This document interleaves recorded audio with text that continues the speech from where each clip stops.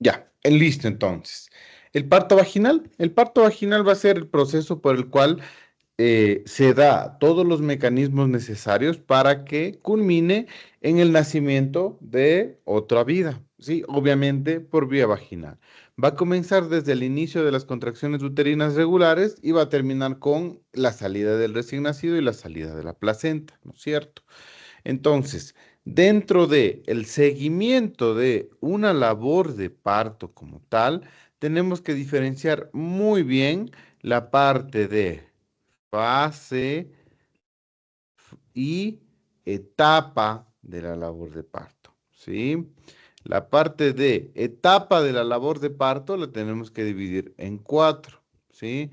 La primera etapa sería esta, ¿sí? Es en la fase de dilatación y borramiento. Todo lo que vamos a ver del seguimiento de la labor de parto, del partograma como tal, de lo que es el llenado de las curvas del partograma, em, el control de los tiempos, de los diagnósticos de distocia, de dilatación, etcétera, van a ir en la primera, ¿sí? Que es que la paciente tenga dilatación y borramiento. La segunda etapa, que como ven aquí dice segunda etapa, es la etapa de el expulsivo, ¿sí? Una vez que ya tenemos toda la dilatación de la paciente, es el proceso que le va a tomar a ese bebito ir desde primero hasta cuarto plano y salir hacia el exterior. La tercera etapa sería la 2. La tercera etapa sería el alumbramiento. Es la salida de la placenta. Entonces, es por eso que ahí dicen el manejo activo de la tercera etapa del trabajo de parto, ¿sí? Que involucra todo lo que ya hacemos en el hospital. Los que han atendido partos saben muy bien que ni bien sale la placenta, ¿no es cierto? Hacemos masaje uterino, que ni bien sale el bebé, ponemos oxitocina intramuscular y la placenta la tratamos de extraer con maniobras de tracción y contratracción, que ese sería los tres componentes del manejo activo de esta tercera etapa. Y la cuarta etapa, básicamente, sería el postplacentario, se lo dice, o el puerperio, ¿sí? Entonces, esas son las etapas. El partograma, todo esto, vamos a hablar mucho de la primera etapa, donde va a haber dilatación y borramiento. A esta primera etapa, yo la voy a dividir en una fase latente y en una fase activa, ¿sí? La división entre fase latente y fase activa todavía no está 100% definida. ¿Por qué? Normalmente o clásicamente, y lo que vamos a seguir viendo es que la el límite entre yo decir, esta paciente está en fase latente o fase activa, es el 4 centímetros. Más de 4 centímetros, fase activa, 4 centímetros o menos, fase latente. Perdón, fase latente. Así es como todos los partogramas se cogen de esta lógica y es por eso que nosotros vemos que las curvas del partograma las iniciamos con una dilatación mayor a 4. ¿Sí? Ahora, ¿por qué? Porque según estas curvas, en teoría, aquí tenemos una fase dependiente máxima, en la cual la aceleración de la dilatación es constante y es mucho más rápida que en la fase de aceleración, que es el tiempo más corto, y en la fase de desaceleración, que el tiempo es más corto. ¿Sí? Es por eso que se ha tomado esto. Lamentablemente esto no se cumple, ¿sí? Se ha visto que aquí existe otra meseta de tiempo hasta los 6 centímetros y ahí se tiene otro punto de aceleración muy parecido a este y se debería tomar 6 centímetros y no los 4 como punto de corte para hablar entre fase latente y fase activa. ¿Sí? Bueno, también tengo otra forma de dividir a esta parte, a esta primera etapa, que es en una división preparatoria, división de dilatación y división pélvica. Cada uno tiene su nombre que nos indica qué es lo que pasa en la división. preparatoria, obviamente el cuellito del útero se va preparando para dilatarse. En la división de dilatación, ya el cuellito del útero está borrado, está cortado, entonces ya puede dilatarse. Y la división pélvica es una vez que está 100% dilatado, es en la fase en la cual el bebito desciende. ¿Ya? Para todo esto, vamos a tener que, mediante maniobras de Leopold, ver la estática fetal, que básicamente es ver en la posición en la cual se encuentra este bebé, ¿no es cierto? Mediante las maniobras de Leopold. Con las maniobras de Leopold, yo primero puedo decir, este bebito está cefálico, pelviano, transverso, ¿sí? Siendo un poquito más fino en el tacto, tal vez podría reconocer una presentación compuesta. ¿Cuál es la definición de presentación compuesta? Es que en la presentación exista dos partes fetales, ¿sí? Diferentes, obviamente. Entonces, yo tengo cabeza, pero también tengo mano que se está presentando en el estrecho superior de la pelvis. Yo tengo cabeza y codo, ambos presentándose el estrecho superior de la pelvis, ¿sí?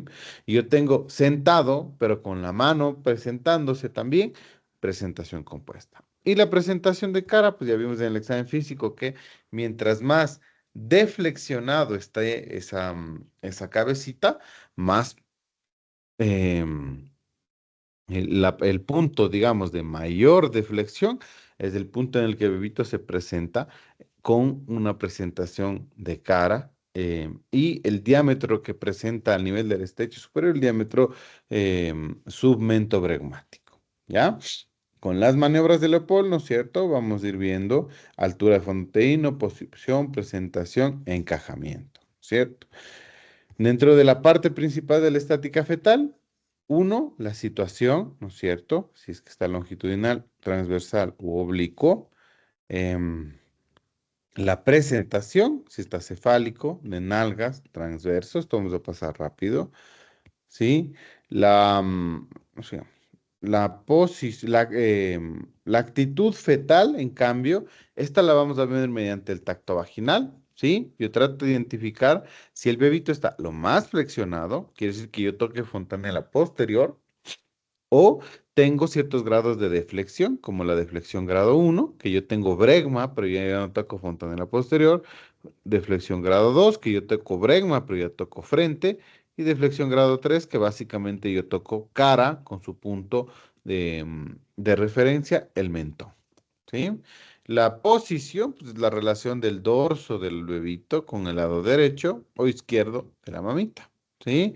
Generalmente la mayoría de los bebitos van a estar en posiciones izquierdas, ¿sí? Y solo un tercio en derechas, entonces si tienen dudas, el Leopold no les permite, no les ayuda a detectar dónde está, la paciente es obesa, realmente no se palpa, pues podemos intentar escuchar al bebito primero en el lado izquierdo. Y si en el lado izquierdo se escucha mucho más claro que en el derecho, pues es dorso izquierdo. Si es lo contrario, dorso derecho.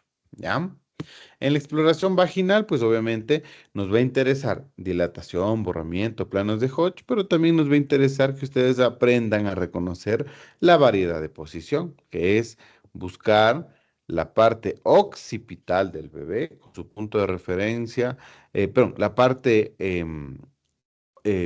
anterior del bebé, que sería su punto de referencia, el bregma, y diferenciar de esta parte, que esta es la parte que nos interesa, la parte occipital, cuyo punto de referencia va a ser la fontanela posterior o lambda, ¿sí? Siempre es mejor o siempre va a ser mucho más fácil de reconocer la fontanela anterior, ¿sí?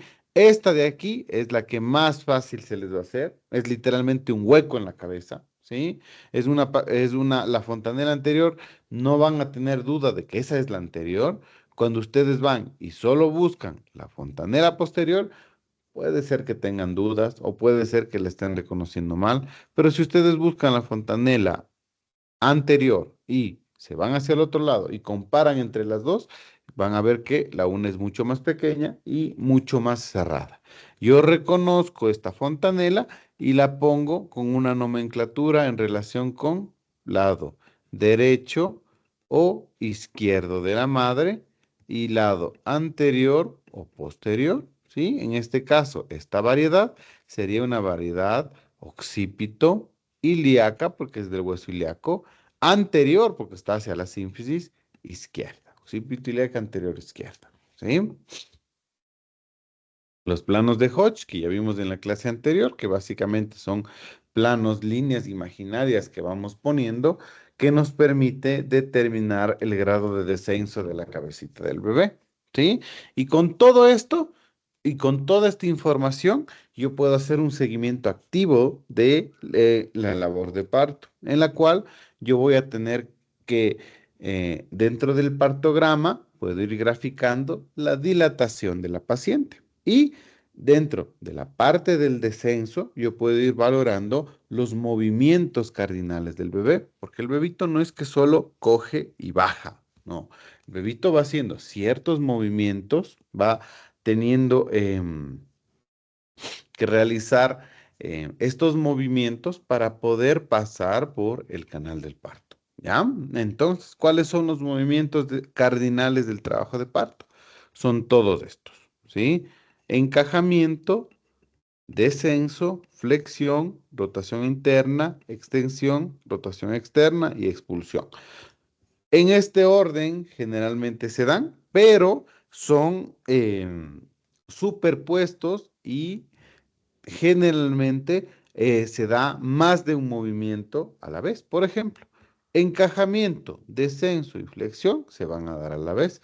El bebito una vez que está flexionado va a seguir descendiendo, va a tener una rotación interna, va a seguir descendiendo, se va a seguir flexionando, va a tener una extensión, va a seguir descendiendo, así más o menos. Vamos a ver que obviamente no es que cada movimiento lo realice y no lo sigue haciendo, ¿sí? La lógica nos dice que obviamente dentro de todos estos siempre va a haber el descenso, ¿ya? Entonces, vamos a ver, ¿cierto? Encajamiento, descenso y flexión, secuencial y superpuesto. Uno, pues podemos ver cómo normalmente está un bebito con una cabeza flotante antes del encajamiento, ¿sí? Si el bebito no está en plano uno, yo no puedo graficar la variedad de posición. Aunque aquí miren, por ejemplo, aquí le ponen que la variedad de posición ha estado occipito ilíaca izquierda anterior, esta posición no es real.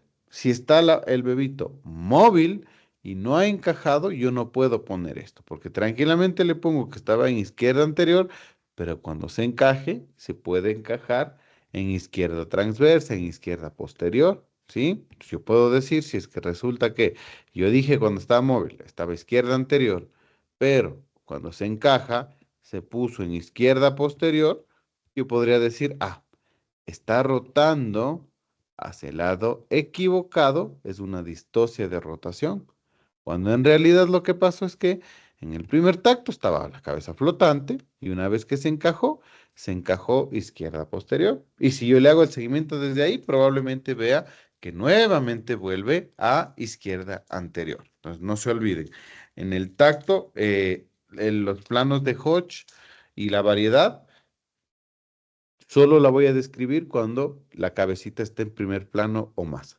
¿Ya?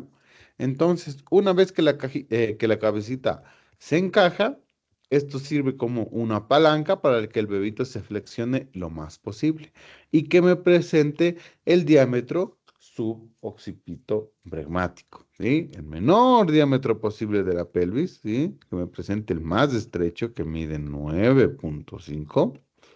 Y ahí sí yo puedo hablar de variedad de posición y veo que está en una variedad de posición occipito ilíaca izquierda anterior, en la cual yo puedo identificar que la rotación, porque el bebito tiene que nacer en occipito anterior, ¿sí? El bebito tiene que llevar su nuca, pongamos, hacia la sínfisis, porque el bebito nace viendo hacia abajo, ¿sí? Hacia el suelo. Entonces, la rotación de aquí hasta acá, aproximadamente unos 45 grados, ¿sí? No es mucho, no es como si tuviese que rotar de una variedad posterior. Y yo sé que este bebito le va a tomar menos trabajo y menos tiempo rotar, ¿sí?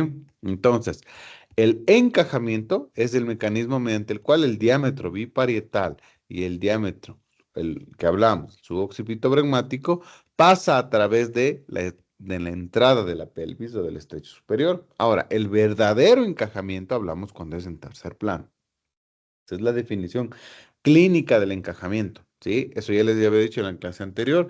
No es que vamos a esperar a que tenga, a que llegue a tercer plano para decir que está encajado. La definición nuestra que nos sirve y que vamos a seguir teniendo es que ya desde el primer plano se considera un bebito encajado, ¿sí? Generalmente entran a la pelvis en variedades transversales u oblicuas, ¿sí? Entonces, generalmente entra así, ¿no es cierto?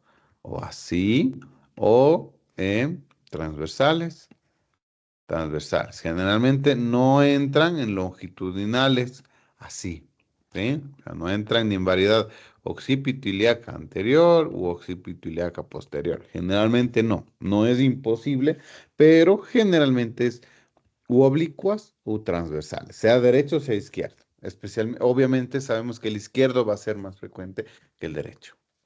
¿Ya? La cabecita del bebé tiende a acomodarse en el eje transversal de la entrada pélvica. Esta acción de palanca, lo que les decía, ¿no es cierto? Esta acción de palanca hace que el bebito se flexione, pegue el mentón y nos presente el menor diámetro posible, ¿sí? La flexión completa de la cabecita va a favorecer a que pase de tener el diámetro occipitobregmático del diámetro occipito frontal al suboccipito bregmático, bajando de 12 a 9,5 centímetros. ¿Ya? ¿Por qué se dan estos movimientos? Y especialmente el descenso.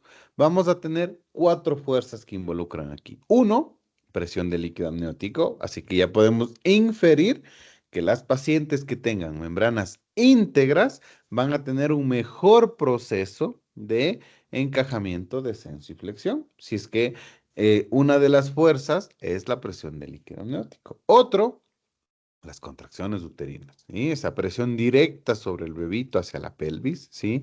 Sabemos que las contracciones tienen una fuerza descendente y obviamente aquí influirá si tiene buenas o no tiene buenas contracciones, ¿no es cierto? El pujo, obviamente el aumento de la presión intraabdominal, si está ya en 10-100, va a ser otra fuerza. Y el bebito tiende a tener movimientos de extensión y enderezamiento. Comienza a a estirar las piernitas, a estirar su cuerpo y es una de las fuerzas que me involucran en que el bebito vaya descendiendo, ¿sí?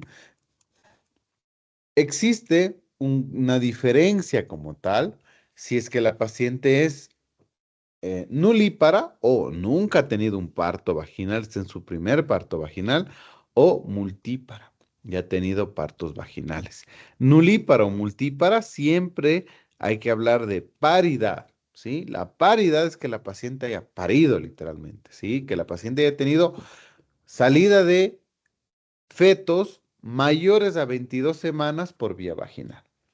Es muy importante que ustedes, cuando la paciente les diga que tiene gestas anteriores, tiene partos anteriores, indaguen un poquito, ¿sí? Si la paciente me dice, tengo dos hijos vivos, ambos nacieron por la vagina, por parto vaginal, es una paciente multípara. Pero si la paciente solo me dice, es que yo tengo dos partos, y ustedes dicen, bueno, entonces este es su tercero. Resulta que indagan y la paciente me dice, sí, mi primer parto fue a los 3 meses y mi segundo parto fue a los 4 meses, ambos nacieron muertos. Entonces yo digo, 3 meses y 4 meses son 12 y 16 semanas. Eso no fueron partos, fueron abortos. Pero ustedes ya la catalogaron como multípara. Resulta que en el partograma ya se está pasando de la curva. La paciente no avanza como debería. Decimos, pero ¿cómo está multípara? Esta paciente debería ir rápido. Resulta que era una paciente nulípara. Entonces, indagar un poquito más en esos antecedentes. Acuérdense, multípara es haber tenido uno o más partos vaginales previos de embarazos mayores a 22 semanas, ¿sí? Partos vaginales. La paciente puede tener 5 embarazos anteriores, 3 abortos, una cesárea y en la gesta actual sigue siendo una paciente nulípara, ¿ya? ¿Y por qué esto es importante? Porque en las pacientes nulíparas, el proceso de encajamiento y descenso son procesos separados. Primero en las nulíparas se produce el encajamiento y luego se produce el descenso. Entonces yo no puedo esperar que un bebito comience a descender si no se ha encajado. ¿Sí? Es más, en las primíparas como tal, en las que tienen su primer parto vaginal, no es un signo de buen pronóstico que ingresen a la labor de parto sin que el bebito esté encajado, porque generalmente ya tiene que haberse dado este proceso. Y una vez que se encaja y ya está dilatada completa, podría ir el descenso. En cambio, en las multíparas, el encajamiento y el descenso son procesos simultáneos, ¿sí? Encajamiento y descenso se dan a la par. Entonces, hay pacientes que ya están 10, 100 y el bebito está arribísimo. Y una vez que la paciente comienza a pujar, encaja y baja al mismo tiempo, ¿sí? No necesitan estar uno y comenzar con el otro, ¿sí? Esa es la diferencia en los movimientos entre nulípara y multípara. El movimiento también se va a favorecer por movimientos que se llaman de sinclitismo y asinclitismo. Básicamente es que la cabecita, cuando está en variedad transversal, va haciendo movimientos hacia arriba y hacia arriba y hacia abajo, para ir bajando por el canal del parto, ¿sí? Entonces, digamos que yo a la paciente le hago un tacto, ¿no es cierto? El círculo exterior va a ser el cuello del útero, el círculo interior va a ser la cabecita. Y ustedes tocan así, una sutura sagital, una fontanela posterior al lado derecho. Entonces yo digo, esta paciente es occipito, ilíaca, derecha, transversa. ¿Sí? Así es como yo voy a palpar a una paciente normalmente. Ahora, a esta misma paciente, por cualquier razón, le hago un tacto en una media horita. ¿Sí? Y ahora resulta que yo cojo y me encuentro con esto. ¿Sí? Ya la sutura sagital está mucho más abajo. ¿Sí? Sigue estando en occipito, ilíaca, derecha, transversa, ¿no es cierto? Eso no ha cambiado. Eso no ha cambiado. Lo que sí cambió es que yo ya no tengo en el centro del cuello del útero a mi sutura sagital y mi fontanela, perdón, posterior. Yo que estoy palpando, ¿sí? Hablando que hacia acá es anterior y hacia acá es posterior, y estoy palpando más el parietal anterior, como es en este caso, miren, yo hago el tacto vaginal con mis dedos aquí y lo que palpo más es esta sutura que está más hacia el sacro. Palpo esto que vimos aquí, entonces si yo palpo mucho más un parietal anterior, se llama asinclitismo anterior, ¿sí? Si es que yo, lo contrario, ¿no es cierto? Tengo que palpo una cabecita, mm, mm, mm, mm, no,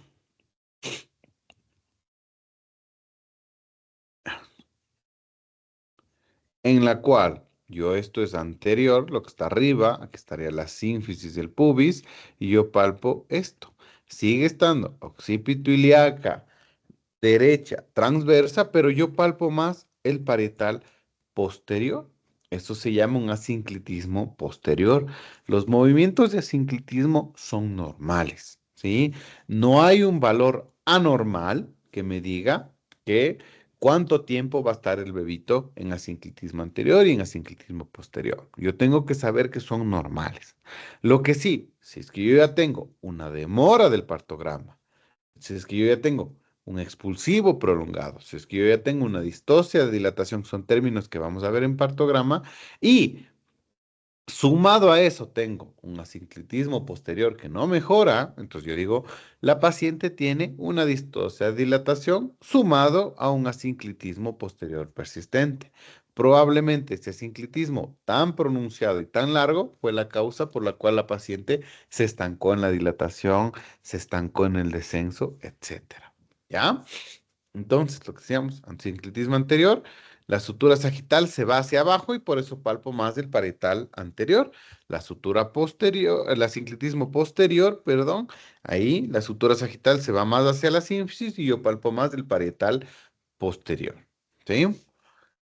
Tenemos que, de encajamiento, descenso, flexión, el otro movimiento, la rotación interna. Entonces, sigue descendiendo y comienza a rotar el bebé. Comienza a llevar su parte occipital hacia la sínfisis, ¿sí? Aquí le tomaría 45 grados, ¿sí?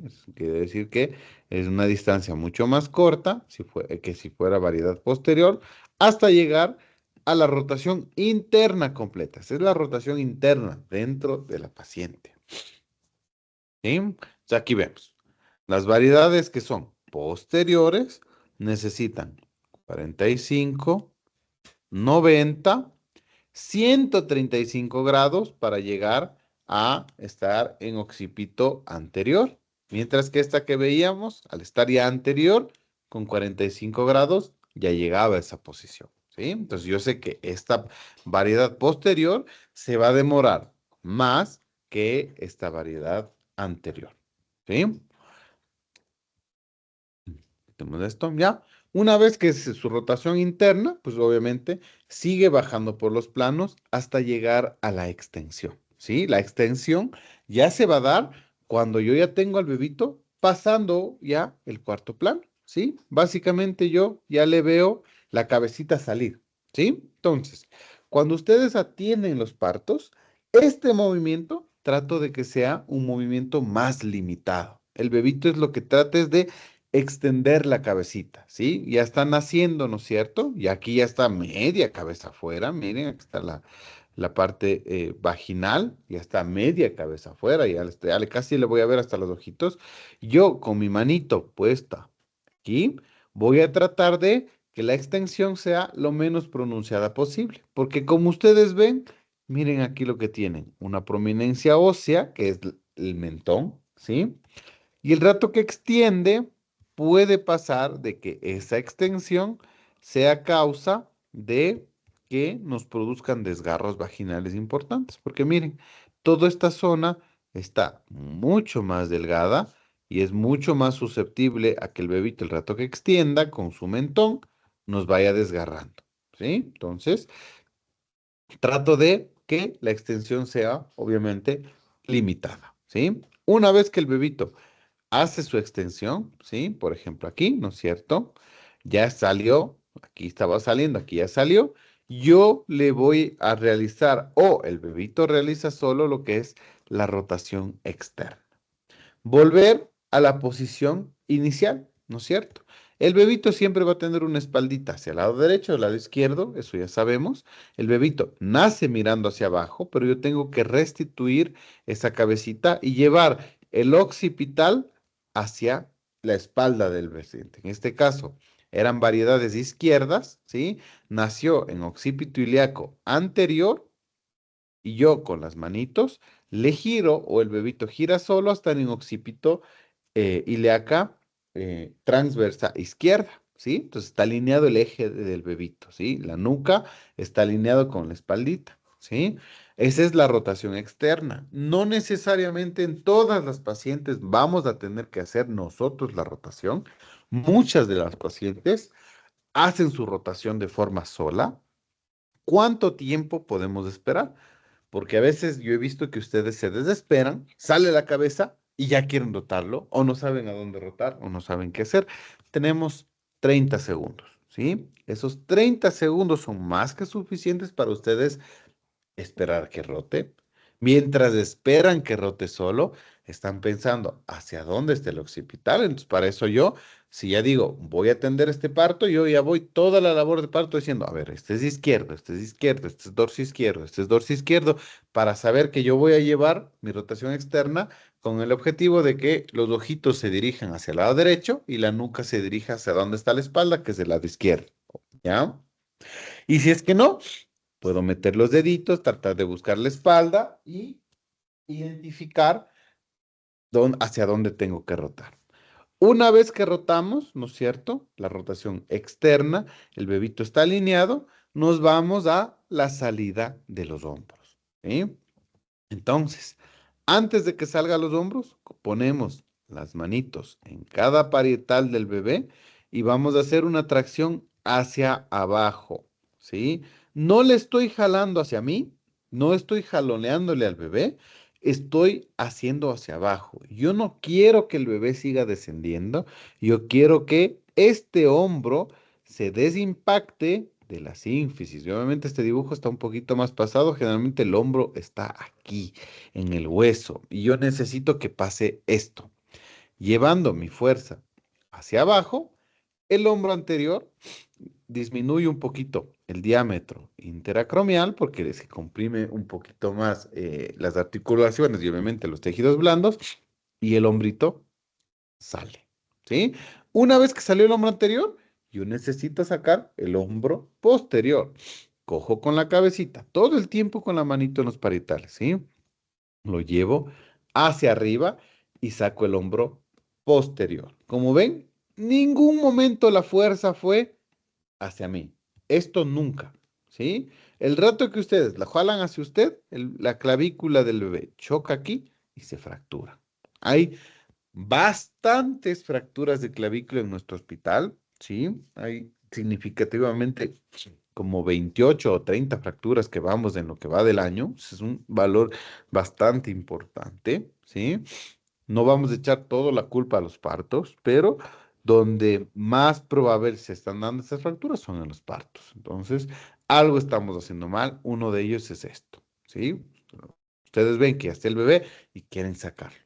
Tampoco. Tienen igual 30 segundos para decidir si es que es o no una distocia de hombros, ¿sí? Muchas veces se puede producir una distocia y para eso obviamente hay maniobras que se pueden hacer, ¿sí? Si de no, con calma, valorar bien, valorar esa posibilidad de que el hombro va a salir, no. Igual siempre van a tener ustedes el médico posgradista, el tratante ahí, entonces tampoco es que se tienen que desesperar, ¿ya? Y una vez que obviamente sale el hombro posterior, ahí sí, una vez que ya salió el hombro posterior, ahí sí la fuerza es hacia mí. Ahí sí yo no tengo a dónde rotar, lo jalo hacia mí. Sale todo el bebé, le pongo en el abdomen de la paciente y listo. Así es como es el parto. ¿Sí? Parto vaginal sin complicaciones. Luego vendrá ya el manejo del puerperio, que vamos a ver en clase de puerperio, pero hasta ahí estamos todo muy bien. Tenemos ciertos signos clínicos de desproporción y antes de irnos a partograma vamos a hablar rapidito de esto. No son signos que me decidan al 100% de que es una desproporción cefalopélvica, pero son signos que nos pueden hacer sospechar de que tal vez la pelvis no es adecuada para esa cabecita, la cabecita es muy grande para esa pelvis, o la posición del bebé está haciendo de que se estén presentando ciertos cambios a nivel de la cabecita que nos hagan sospechar de una desproporción cefalopélvica. Uno de ellos es el moldeamiento de los huesos parietales, ¿sí? Los huesitos parietales están diseñados, ¿no es cierto?, con una sutura, que es la sutura sagital. ¿Por qué los bebitos tienen sutura? Porque cuando están sometidos a presión, les da un cierto grado de movimiento para disminuir mucho más su perímetro cefálico. Entonces, las suturas, ¿no es cierto? Son estos espacios que cuando van o pasan por un paso más estrecho, se juntan. Eso es lo normal, así está diseñado la cabecita del bebé, ¿sí? Eso le permite al bebé entrar por el canal del parto y colocarse con los diámetros lo más pequeño posible, ¿sí? Entonces, normalmente los huesitos del cráneo están separados. Con la entrada al canal del parto, las suturas se unen. Eso es normal. Este moldeamiento grado 1 es lo esperado. El grado 2, aquí hay un cabalgamiento de la sutura, ¿sí? Miren, un parietal se va encima del otro. Estas suturas están superpuestas, pero son reducibles. Yo pongo mi dedito aquí en el tacto y la bajo, ¿sí? Se puede bajar y terminar como estamos acá. Puede que nuevamente se cabalgue, pero vuelven a su posición si es que yo la presiono. Grado 1 y grado 2 son normales, son esperados, ¿sí? Son algo que puede pasar en una labor de parto que no tenga ninguna contraindicación para parto. El grado 3, que es un cabalgamiento de suturas no reducibles, y yo presiono con mi dedito aquí y no puedo esos dos parietales descabalgarlos uno del otro, eso es patológico, ¿sí? Entonces yo ya tengo, en caso de que detecte el tacto, digo, tengo cabalgamiento de suturas, algo está pasando. Si es que va la labor de parto bien, estoy solo ojo. Pero si es que yo ya veo que me paso de la curva, la dilatación se está quedando, el bebito no desciende, puedo ir hablando de que esto me está indicando que por un lado se está demorando y por otro lado también tengo signos clínicos de desproporción. Pues esa paciente le voy a valorar con más intensidad, ¿sí? A, hasta tomar una decisión, ¿sí? Entonces, por ejemplo, ustedes como médicos generales que estén en un centro de salud donde se atienden partos, ¿sí? Pero ustedes ven que la labor de parto ya se está prolongando, ya se pasó de la curva, no tiene criterio todavía para cesárea, pero ustedes ya encuentran esto. Ustedes dicen, no, a ver, mi hospital más cercano está a una hora. Hasta yo conseguir ambulancia son 2 horas. Ya voy teniendo una labor que se está prolongando y estoy teniendo cabalgamiento. No, yo con estas dos cosas prefiero ahorrarme o ganarle ese tiempo que me voy a demorar en transferir y hacer los papeles de transferencia. Si hasta que me acepten y venga la ambulancia sigo con esto, yo ya hasta eso a la paciente le refería a tiempo. Y no esperé a que esté 4 horas 3 horas, pero en expulsivo, o hasta que esté en una distosia, dilatación, para recién tomar la decisión. ¿Sí? Entonces, sí nos permite estos signos clínicos, tal vez tomar decisiones más tempranas. Otro es el caput. El caput van a ver que es bastante común, ¿sí? No es algo que no se presente. El caput se da por un edema entre la aponeurosis de Peyronieal y el periósteo. Básicamente se da por una presión continua a nivel del cuero cabelludo. El caput se puede dar por millón de cosas. El caput se da porque la paciente comenzó a pujar antes de tiempo. El caput se da porque la ruptura de membranas fue desde la fase latente. El caput se da porque el bebito estuvo mucho o comenzó a estar en segundo plano desde muy temprana la dilatación, etcétera. Pero también el caput me puede indicar que está teniendo esta cabecita choque repetitivo con la parte ósea de la pelvis, ¿sí? Porque una pelvis está estrecha, entonces obviamente todo el tiempo está chocando contra un huesito y eso le produce edema. Igual. No es indicativo de desproporción, pero ya me va llamando la atención, ¿sí? Y el otro, que este sí lo vamos a ver ya post nacimiento, el cefalematoma. Este caso es una hemorragia superióstica, ¿sí? Aquí hay un sangrado, aquí ya a nivel del periósteo existe un vasito que se rompió. Esto sí ya es una iatrogenia, ¿sí? Si es que hubo un parto tan traumático que se formó un cefalematoma, de seguro fue un parto en el cual no hubo una adecuada valoración, esa pelvis era muy pequeña, esa cabeza era muy grande, no estaba bien colocada, pero fue tal el trauma durante el trabajo de parto que se produjo un sangrado y ahora ese bebito necesita probablemente una vigilancia mucho más exhaustiva porque el cefalohematoma, riesgo a nivel daño cerebral, cualquier cosa, no, pero el hecho de que se esté acumulando sangre a nivel del periósteo, pues probablemente esa sangre se va a reabsorber, esos eritrocitos se van a convertir, se van a destruir, se va a liberar bilirrubina, de por sí ya sabemos que existe una elevación fisiológica de la bilirrubina en los bebitos, más aún con estos glóbulos rojos, sus bebitos son candidatos, inclusive fototerapia y etcétera, por hiperbilirrubinemia. ¿Ya? Hasta ahí es el proceso del parto. ¿Sí? Vamos a hablar un poquito del partograma como tal. ¿Sí? Ahí podemos a veces entender un poquito más lo que es el seguimiento del trabajo de parto. ¿Sí? Todo lo que hemos visto, los movimientos del bebé, la dilatación, el descenso, tienen que estar graficados en el partograma. El partograma es el instrumento que nos permite monitorizar el trabajo de parto. Básicamente es la historia clínica del parto, ¿sí? Yo solo con ver el partograma tengo que tener todos los datos necesarios para poder valorar cómo fue la evolución del parto, ¿sí?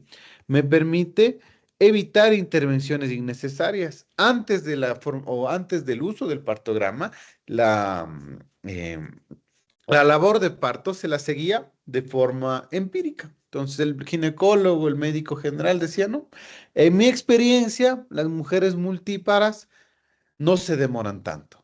Se está demorando mucho, mi experiencia es mucho más rápido, voy a hacerle cesárea porque está demorándose. O al revés, en mi experiencia las primigestas así mismo se demoran. Déjale nomás. Ya va a 12 horas en labor de parto.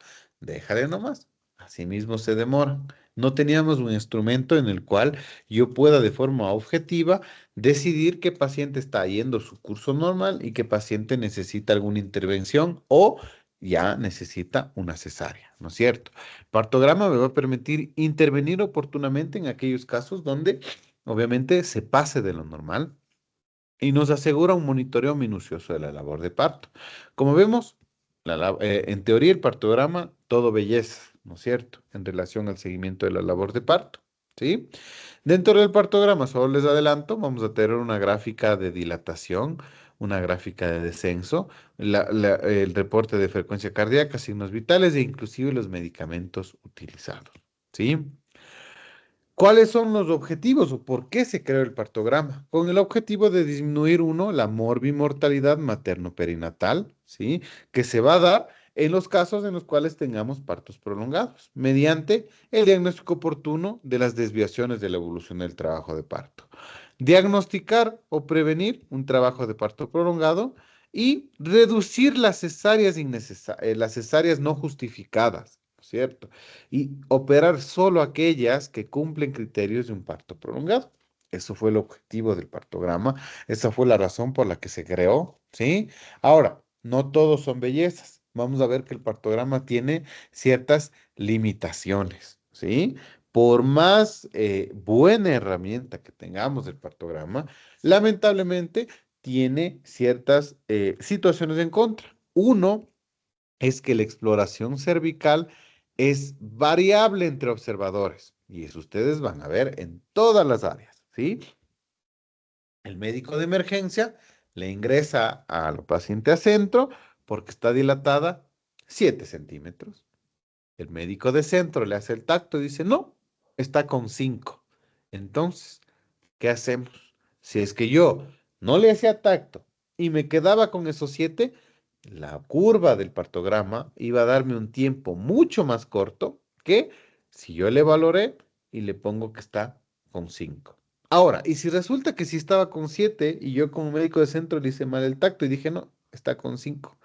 Y la paciente se demora mucho más, pero como yo ya le puse 5, para mí, según yo en el partograma está bien, pero resulta que la paciente ingresó con 7 y el tiempo que se demoró ya era muy prolongado para ella. No sé si me hago entender. Entonces, esa es una limitante, ¿sí? Que haya esa diferencia. Otro, si no se explora con frecuencia, vamos a ver que los trazos no son característicos. Los tactos vaginales se tienen que hacer cada 4 horas, ¿sí? Pero en 4 horas pueden pasar un montón de cosas. La paciente puede haber ingresado con 5. Si, yo le hago el tacto recién en 4 horas para enterarme que la paciente sigue en 5. Pues no es característico, ¿sí? Y asume que la fase activa inicia pasada los 4 centímetros, que ya vamos a ver que eso sí es un conflicto, un problema, ¿ya? Tenemos algunas ventajas sí demostradas. Sí ha disminuido la mortalidad, nos garantiza un seguimiento de la labor de parto de calidad, si nos evita la prolongación del trabajo de parto, ¿sí? Otras ventajas fuera de los beneficios para la paciente, nos permite archivar, tener datos reales para hacer comparación entre pacientes, para hacer ensayos clínicos, ¿no es cierto? Constituye un método de lenguaje universal. Todos los países latinoamericanos al menos usamos el CLAP, el mismo CLAP que ustedes ven. Si yo de aquí me voy a Chile, lo mismo. Si yo quiero hacer una comparación de cómo están yendo los partos en Chile, cómo están yendo los partos en Argentina, cómo están haciendo los partos de aquí, es el mismo partograma, hablamos del mismo idioma y puedo yo hacer comparaciones de forma sencilla. Es económico y asequible, por supuesto, necesitamos una hoja, no necesitamos nada más, ¿no es cierto? Entonces, esto es el partograma, esta es la hoja que nosotros vemos, ¿no es cierto? Cuando valoramos el partograma, tenemos aquí primerito, em, dentro del partograma, ¿sí? Una nomenclatura que me va a definir cómo yo voy a valorar en tiempo la duración del parto, ¿no es cierto? Entonces, primerito yo tengo aquí lo que dice posición. Aquí donde dice posición es la posición de la mamá durante la labor de parto. No es, y esto les digo así porque a mí me enseñaron así, ¿sí? Que usó la parte de vertical para el parto de pie o el parto en cuclillas o utilizo la horizontal para el parto que tenemos las pacientes cuando están acostadas. No, es la posición que la paciente está durante la labor de parto. Si la paciente está todo el tiempo parado caminando, se sienta parado caminando, en teoría podría usar esta posición vertical. Ahora, ¿por qué no usamos? Uno es la que nos da los menores tiempos posibles. Si ustedes suman todas estas horas, van a ver que de las 5 curvas que tenemos aquí, es la que me da el tiempo más corto. Si ya sabemos de por sí que estas curvas ya están siendo obsoletas, ¿sí? Ya vamos a ver a continuación por qué, pero de por sí están siendo obsoletas, no voy a coger la curva que me da en menor tiempo posible. De por sí las curvas estas de aquí me están dando tiempos mucho más cortos que los nuevos, que lo que en los nuevos estudios se ha visto que dura una labor de parto, pues no voy a coger la que menos nos da, porque ahí probablemente tenga muchas más desviaciones del partograma y muchas más cesáreas innecesarias, ¿sí? Es por eso que no voy a usar esta de aquí, ¿sí? La única razón, ¿sí? Luego vemos que tengo la opción de paridad, ya que sí puedo elegir a las pacientes que tienen partos vaginales previos o es su primer parto vaginal. Y tercero, si las membranas están íntegras o rotas, ¿sí? Entonces aquí vemos la duración de que le toma a cada paciente siguiendo las flechas, ¿no es cierto? ¿Cuánto le toma una paciente nulípara con membranas rotas? Ir de 5 a 6, 2 horas y media. De 6 a 7, 1 hora 25. De 7 a 8, 1 hora con 5, y etcétera. Y aquí me dice valores para la construcción de las curvas de alerta en horas. Y me dice P10. Quiere decir que es lo que más se demoraron las pacientes en un parto. Entonces, siempre la normalidad se mide mediante una campana de Gauss, ¿no es cierto? Tengo P10,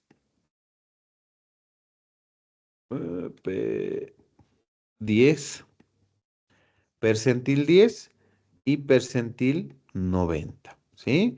Esto es todo lo normal. Obviamente aquí estaría el P50. Todo lo que está en esto de aquí es los partos, el tiempo que se demoraron en partos sin que haya ninguna complicación, ni asfixia, ni depresión respiratoria, ni hemorragia postparto, etcétera. ¿Sí? Entonces yo cogí todo lo normal y lo más normal fue esto, todo este periodo de aquí.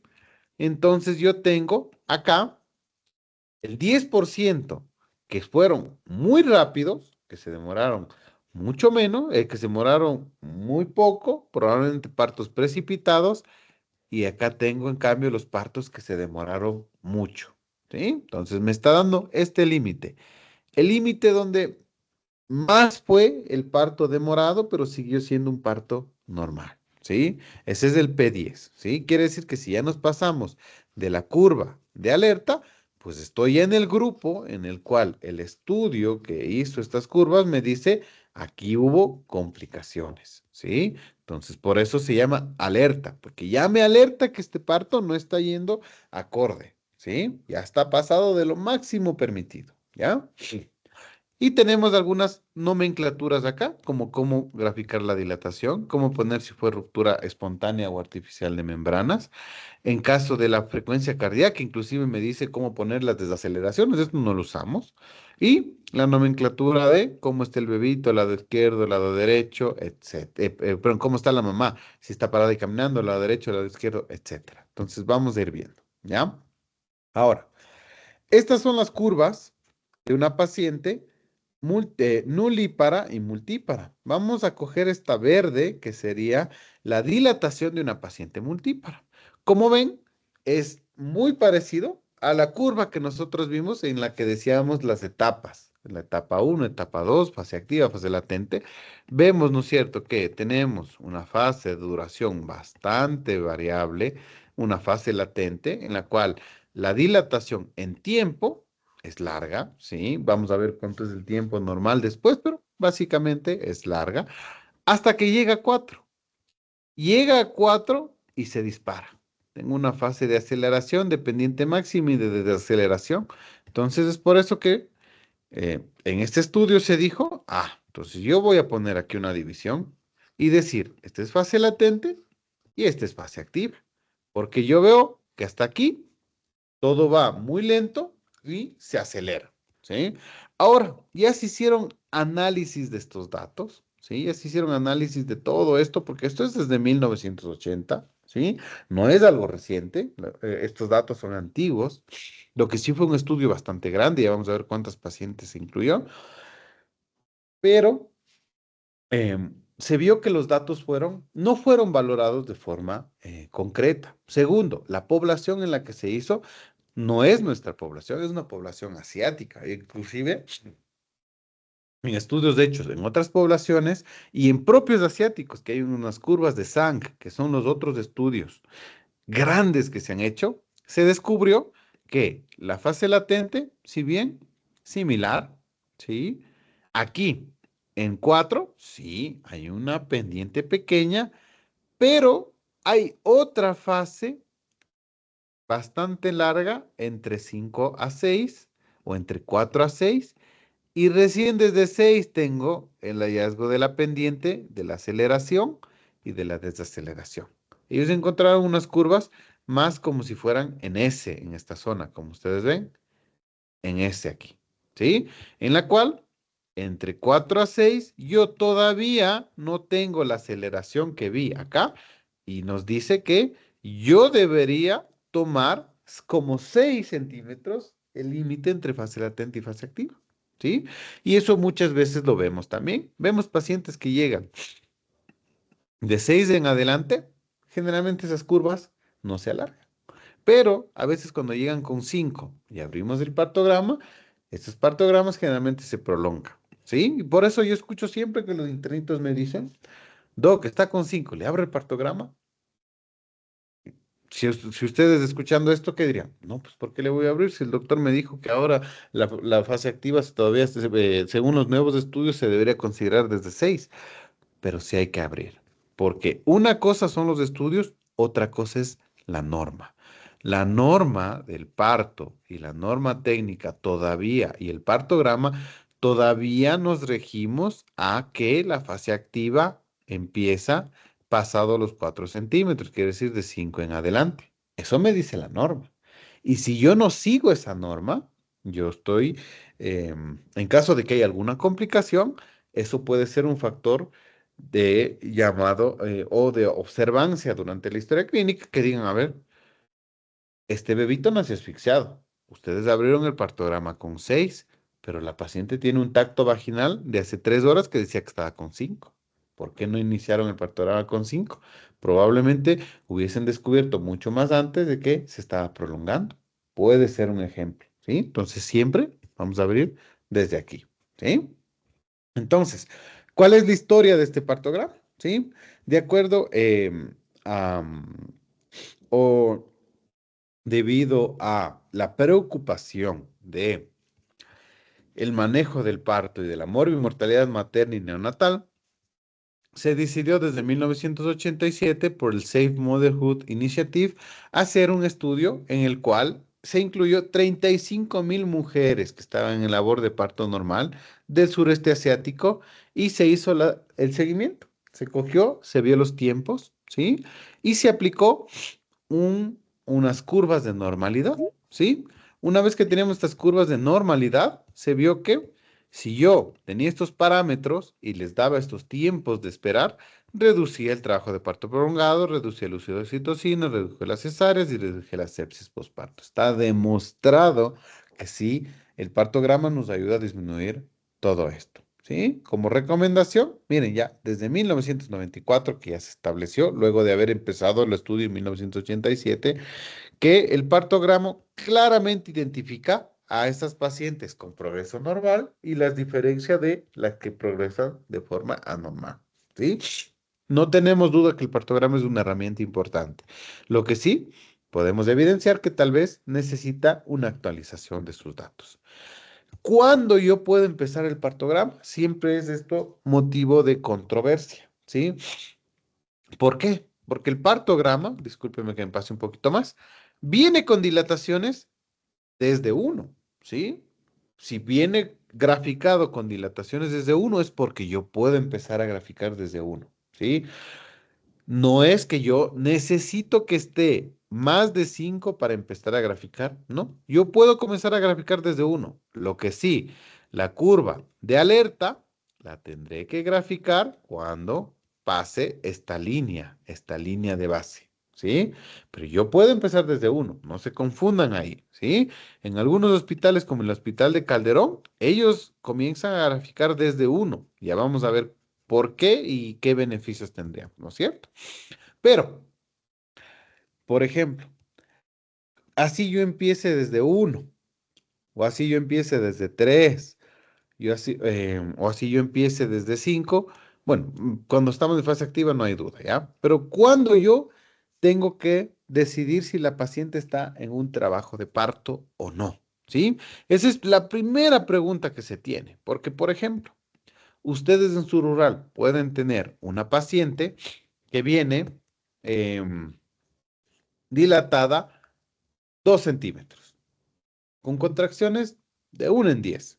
Y ustedes dicen, y ahora, a esta señora que vive a 2 horas del subcentro, le mando a la casa y le digo que vuelva mañana, o le digo que se quede, porque mejor le estoy supervisando. Si es que atiendo partos. Y si es que mi subcentro no atiende partos, digo, ¿será que ya le refiero al hospital o será que me espero?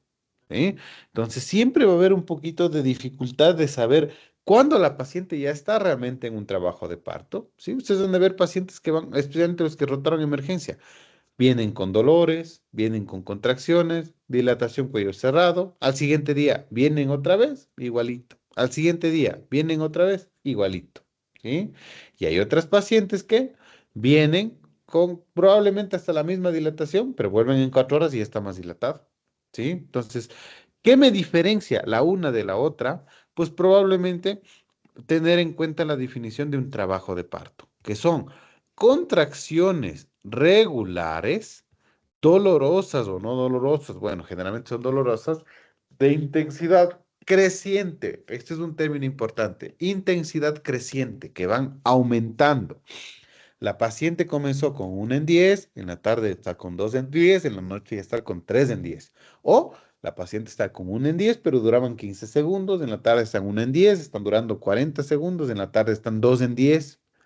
Entonces van aumentando en intensidad, en duración y en frecuencia, capaces de producir modificaciones del cuello. Entonces, yo digo, a esa paciente que tiene 3 a 4 contracciones en 10 minutos, cada una de unos 35 segundos o más, intensidad suficiente para sentir firme el cuello del útero y una dilatación superior a 3 a 4 centímetros, esta paciente está en trabajo de parto. A esta paciente la ingreso o a esta paciente la refiero. Si no cumple esto, pues probablemente la paciente esté en una fase inicial del trabajo de parto, pero no está en un trabajo de parto establecido. ¿Ya? Entonces, siguiendo lo que hablábamos del partograma, ¿no es cierto? De acuerdo a las características de la paciente, nosotros vamos a ir graficando el partograma, y en caso de que estemos en una dilatación mayor a 4, que es de 5 en adelante, no solo graficamos la dilatación, sino también graficamos la curva de alerta. En nuestro hospital, como ven, el partograma siempre lo vamos a iniciar con dilataciones de 5 más. Dilataciones de 4, 3 o 2, nosotros no hacemos, es por cuestiones del hospital. No es que no se pueda, no lo hacemos, no tenemos esa indicación en nuestro hospital. Entonces, con 5 más, obviamente, si yo ya grafico mi dilatación, también voy a tener que abrir mi curva de alerta, ¿sí? Entonces, ¿no es cierto? La línea de base es de entre 4 a 5. Vamos a identificar primero en qué curva voy a usar. Por ejemplo, en este ejemplo, cogen la parte vertical. Yo lo que les dije es no cojamos esta, pero por didáctica no vamos a tener ningún problema. En este caso, miren, inician con 4 centímetros y en 2 horas está con 6 centímetros. ¿De dónde yo tengo que abrir mi curva de alerta? ¿De dónde se cruzó mi línea dentro de la línea de base? Quiere decir que yo no voy a comenzar aquí a abrir mi curva de alerta. No, porque yo necesito abrir desde donde en teoría la paciente ingresó a fase activa y probablemente ingresó en esta zona, ¿no es cierto? Entonces yo de aquí voy a coger mi curva y digo, bueno, de aquí voy contando el tiempo, 1 hora, 2 horas con 10 para llegar a 6, ¿no es cierto? Y etcétera, etcétera, etcétera, ¿sí? No sabe haber mayor duda en cuanto voy a usar los tiempos, pero para el propósito de aquí, así es como yo tendría que abrir mi curva de alerta, ¿ya? Pasemos esto de aquí. Entonces, mismo ejemplo de la misma paciente. Yo inicio mi curva de alerta desde ahí. Nosotros generalmente no vamos a tener este problema porque siempre vamos a comenzar con dilataciones mayor a 5. Entonces, nosotros vamos a tener que abrir nuestras curvas siempre desde la dilatación así, ¿sí? Simplemente es porque sí se puede hacer de esta forma que está graficado, ¿sí? Pero para los propósitos de lo que les quiero indicar no hay ningún problema, ¿ya? Ahora, ¿qué pasa cuando hay un cambio? ¿Qué pasa cuando hay un cambio de curva? Cuando hay una ruptura espontánea o artificial de membranas y tengo que elegir otra curva. Por ejemplo, tengo una nueva condición. Ahora los tiempos son estos. Yo, ¿dónde voy a modificar siempre?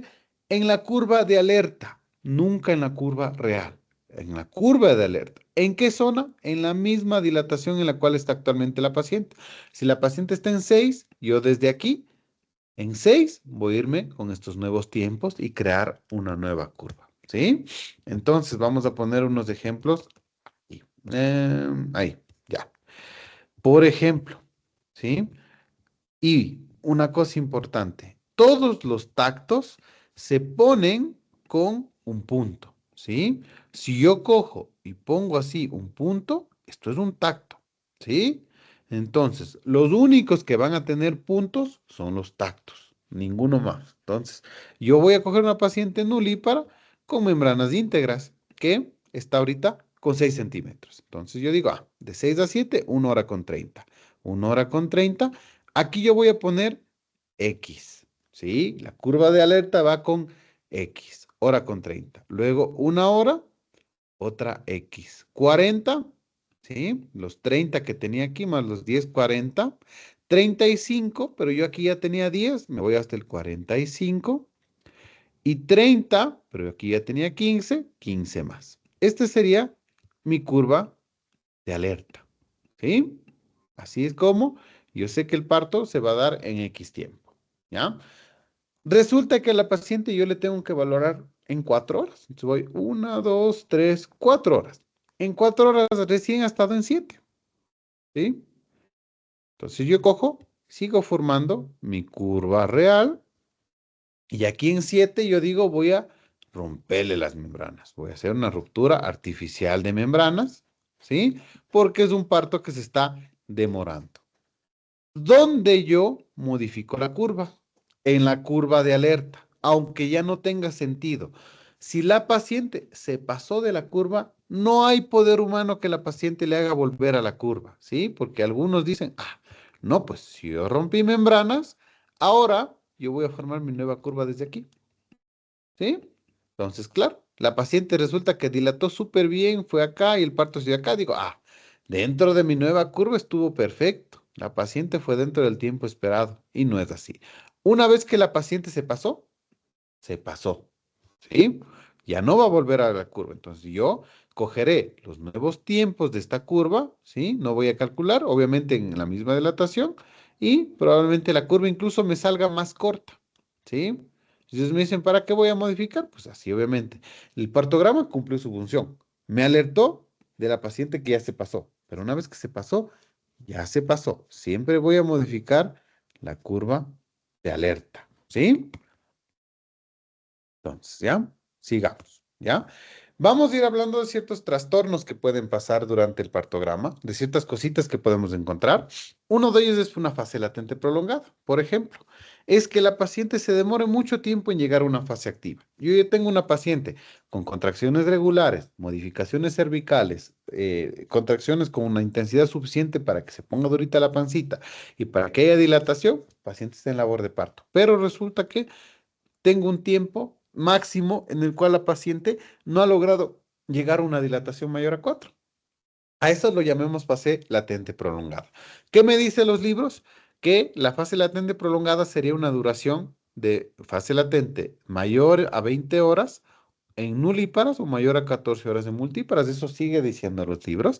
Nosotros nos vamos a quedar con 24 horas. Y han de escuchar especialmente en Aro que dicen, no, la voy a pasar parte porque es una fase latente prolongada. Porque ya desde las 7 de la mañana de ayer está con actividad, ya son las 7 de la mañana de hoy y sigue con una dilatación menor o igual a 4 centímetros. No llega a fase activa, entonces la voy a catalogar como fase latente prolongada. ¿Sí?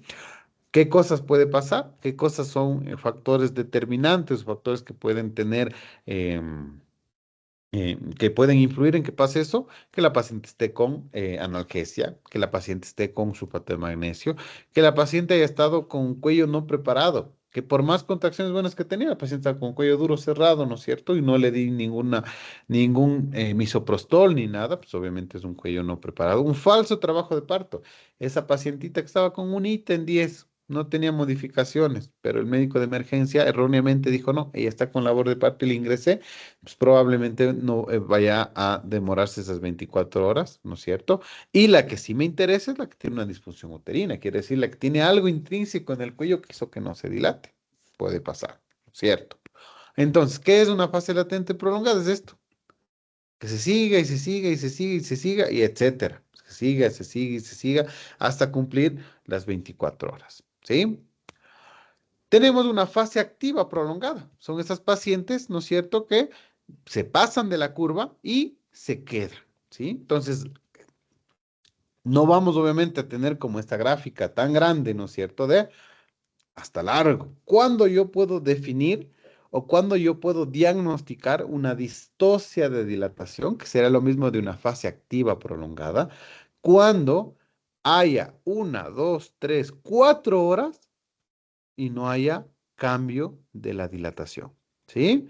Entonces, paciente con 4 horas y misma dilatación, una dilatación igual, ¿sí? Y con actividad uterina regular, es distosia, ¿sí? Ay, perdón, se me fue ahí, ¿sí? Entonces, ¿cuánto es lo que yo le puedo esperar a la paciente con una misma dilatación? 4 horas. Y es independiente de la curva del partograma, ¿sí? Vamos a poner un ejemplo por acá, ¿sí? El hecho de que la paciente se pase o no se pase de la curva no me va, no me va a cambiar ese diagnóstico. Por ejemplo, pongamos aquí unos ejemplos rapidísimos. Por ejemplo, tengo una paciente que está aquí con 5 centímetros. Voy a hacer una curva, probablemente no sea la real, pero bueno, ¿ya? Que 1, 2, 3, 4 horas está en 6 centímetros. Modificó, por supuesto, pero está pasada la curva. Y 1, 2, 3, 4 horas sigue en 6 centímetros. Esto es una distosia de dilatación. Este es indicativo de cesárea. ¿Sí? Pero pongamos otro ejemplo en el cual van a ver que no se necesita pasar de la curva. Paciente con 5, ¿sí? Que en 1 hora, exagerando, ¿no? En 1 hora ya está con 9 centímetros. Exageremos, ¿ya? ¿Sí? Está con 9, puede pasar. Y 1, 2, 3, 4 horas, miren, sigue con 9. Se pasó un poquitito de la curva. Es igual que la paciente de acá, cesárea. Entonces, fase activa prolongada es estar 4 horas sin cambios, con la misma dilatación y no tener cambios a nivel cervical. Obviamente no vamos a esperar las 4 horas, ¿sí? Yo le doy hasta la tercera hora y en la tercera hora yo valoro si espero esa hora adicional o tomo la decisión de cesárea. No es lo mismo a la paciente que está 3 horas con la misma dilatación, pero yo veo que es multípara, el bebito es pequeño. Hubo cambios en la posición, tal vez la cabecita rotó, veo que el cuellito está más borrado, veo que el bebito descendió. Entonces, probablemente este diga, voy a darle ese chancecito de 1 hora más a ver si dilata. Pero si la paciente está 3 horas en la misma dilatación, ya toco cabalgamiento, ya toco un caput, veo que el bebito está móvil, veo que el bebito no está rotando, pues no me voy a esperar 1 hora más. Lo que no ha avanzado en 3 horas no va a avanzar en 1 hora más. Pero la definición son 4 horas. ¿Ya? Tenemos otros diagnósticos que es, a ver, sigamos esto. Ah, aquí, ¿ya? Que es la falta del descenso de la cabecita, ¿sí? Como vemos, el paciente está en plano 1, plano 2, pero no baja. Ya está en 10-100, no baja. Yo aquí tengo que tomar una conducta y tengo que valorar en todo parto las 3 P's que involucran en el parto, ¿sí? Las 3 P's del parto son pasaje, pasajero y poder. Yo en todo parto tengo esa mentalidad de estar viendo las 3 P's, todo parto, ¿sí? Entonces, paciente me llega a la labor de parto, yo digo, voy a valorar las 3 P's. Pasaje, la pelvis. Voy a ver, voy a hacer un tacto, valorar la pelvis, a ver si es adecuado o no. Pasajero, voy a valorarle al bebé, voy a valorar el eco que le han hecho reciente, cuánto pesaba, voy a ver cómo está la variedad de posición, voy a ver si no está deflexionado, ¿no es cierto? Y el poder, las contracciones de útero. Entonces, voy a ver si tiene contracciones adecuadas, si no le prescribo oxitocina, etcétera. Entonces, cuando yo tengo algo que me está afectando mi progreso normal del parto, pienso en estas 3 P's y digo, a ver, ¿dónde está fallando estas 3 P's? Y adicional le pongo uno que es vaciamiento de vejiga. ¿Sí?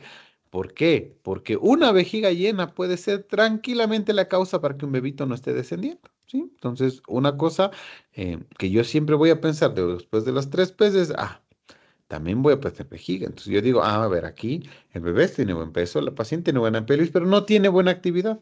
Mejoro la actividad y resulta que eso fue lo que fue necesario para que este bebito descienda, ¿sí? Puedo tener una detención en el descenso, que sí descendió, pero se nos quedó. Igual, lo mismo. Valoro las 3 P's, evacúo vejiga y tomo una decisión, ¿sí?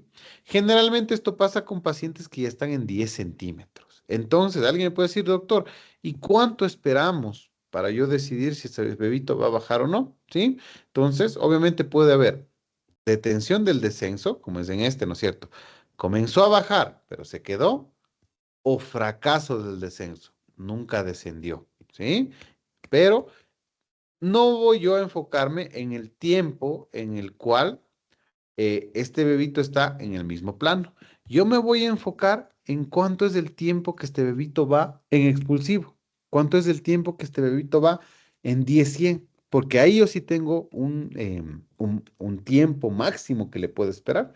Entonces, expulsivo prolongado es que una paciente permanezca en 10-100 por más de 3 horas. Antes era 1 hora, ahora se considera 1, 2, 3 horas. La paciente tiene que estar 3 horas en 10-100 para yo decir es un expulsivo prolongado. Pero al igual que con la fase activa prolongada, yo a las 2 horas tomo la decisión. ¿Sí? No voy a esperarme la tercera. Yo sé que pasado la tercera hora es donde yo puedo tener más complicaciones según los estudios, pero yo a la segunda hora ya tomo decisiones. Si es que es un bebé que en 2 horas no ha rotado, no ha descendido, no ha habido cambios, no voy a esperarme una tercera hora. Pero si es que es un bebé que en 2 horas tal vez estaba en plano uno y ahorita está en plano 3, es una paciente multípara, le hago el tacto, un caput pequeño, no hay cabalgamiento, podría ser que me arriesgue a esperarle la tercera hora. Ustedes como médicos generales es importantísimo que no dejen pasar hasta la segunda hora máximo, ¿sí? Porque esto les va a dar, este rango de 1 hora o más, les dé el tiempo para poder referir a la paciente, si es que no tienen en su unidad de salud un lugar para que le hagan una cesárea. Entonces, ustedes ya van, ¿cierto? 1 hora de expulsivo y no hay cambios, ustedes ya están haciendo la hoja de referencia, ustedes ya están llamando al hospital y ustedes ya, con todo el conocimiento, hablan con el médico del hospital y dicen, doctor, ¿sabe qué? Yo sé que expulsivo prolongado son 3 horas, pero doctor, yo ya voy 1 hora, mi centro de salud está a 1 hora de su hospital, van a ser ya 2 horas, entonces yo voy a tomar la decisión de arriesgarme a que este bebé nazca en la ambulancia, pero debido a que yo veo que no desciende, tengo cabalgamiento, tengo moldeamiento de suturas, tengo un caput importante, tengo varios parámetros que me indican de que este parto no se va a dar. Entonces, me voy a arriesgar a que el parto se dé en la ambulancia, debido a que es muy probable de que este parto no lo logre atender yo en mi centro de salud. Cualquier persona que tú le expliques así, va a decir, este doctor sabe, ¿sí? Este doctor tiene el conocimiento de cómo se sigue una labor de parto, pues, acepto y tráigalo. A diferencia que digan, doctor, va 3 horas en expulsivo, la voy a referir, y la paciente esté llegando a las 5 horas al hospital. Ese bebito va a llegar asfixiado, ¿sí? Entonces, eso, chicos, ¿ya? ¿Preguntas, inquietudes?